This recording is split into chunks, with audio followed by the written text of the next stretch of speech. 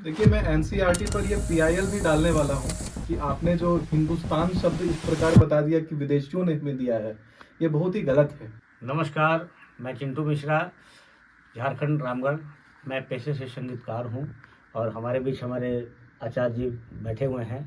कुछ चंद सवालात हैं जो हमारे हिंदू भाइयों के लिए है। एनसीईआरटी ने ये हम लोगों को सिखाया कि हिंदुस्तान विदेशों के द्वारा दिया हुआ ये शब्द है, उनकी अमानत है। और मैं एक वक्त आया करता था कि सिंधी लोग थे और हम लोग हिंदू लोग थे, तो सिंधी लोगों ने हिंदू बोल के पुकारना शुरू कर दिया। तो इन शब्दों पर, इन विषय पर हम लोग व्याख्या करेंगे आचार्य जी के साथ। देखिए, मैं एनसीईआरटी पर ये पीआईएल भी डालने वाला हूँ कि आपने जो हिंदुस्तान शब्द इस प्रकार बता दिया कि विदेशियों ने हमें दिया है, ये बहुत ही गलत है। क्योंकि हिंदुस्तान शब्द का बार बार हमारे वेदों में वर्णन आता है।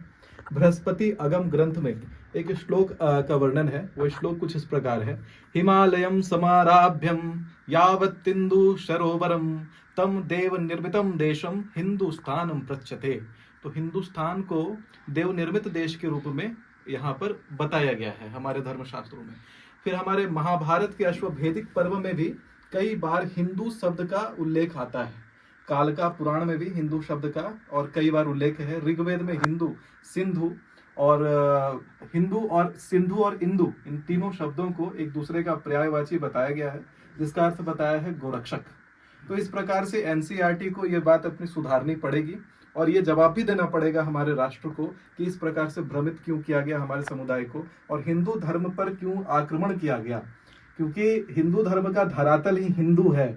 और फिर कई विदेशी संस्थाएं आई, इस्कॉन आदि आए, आके सिखा दिया कि आप हिंदू मत बोलिए, आप सनातनी बोलिए खुद को।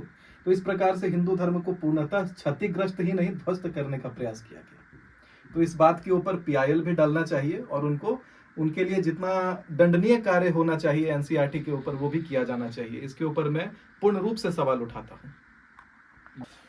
ये तो बात, चूंकि जो वाकई में हिंदू हैं, जो सनातनी हैं, और एनसीईआरटी वालों ने लिख दिया कि बस हिंदू और सनातनी, ये दो शब्द, हिंदू और सनातनी, इसके बारे में आप थोड़ा विश्लेषण कीजिए।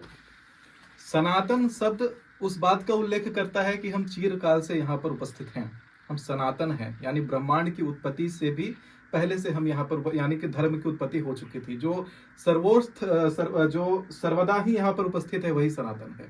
जिसे प्रकृति पालन करती है जिस नियम का, वही सनातन है।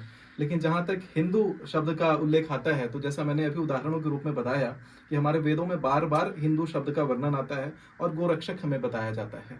तो इस प्रकार से हिंदू और सनातनी दोनों एक ही धर्म को दर्शाते हैं।